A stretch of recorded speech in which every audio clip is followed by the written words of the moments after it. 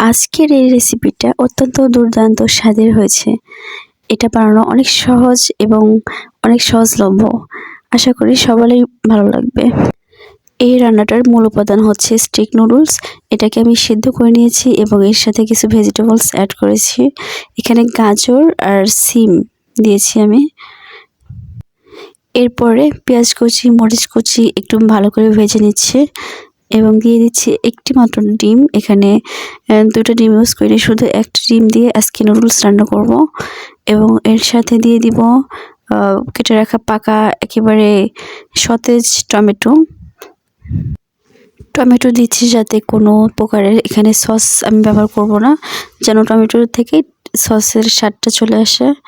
তো এরপরে আমি টমেটোটাকে ভালো করে নেড়ে নিচ্ছি এবং এটাকে একটু জাল করে নিচ্ছি। কিছুক্ষণ পরেই এর কালারটা এমন চলে আসছে এবং এটাকে ভালো করে সিদ্ধ করে নিয়েছি। তো এরপরে সিদ্ধ করে রাখা নুডলসগুলো দিয়ে দিচ্ছি এবং এটা এখন মাঝারি আঁচে রান্না করে নিব।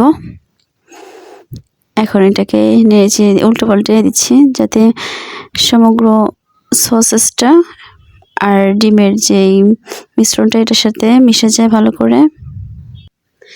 এখানে আমি 2 থেকে 3 মিনিট রান্না করে নিলাম এবং দেখতে পাচ্ছেন যে আস্তে আস্তে হয়ে যাচ্ছে অনেক মজাদার নুডলস।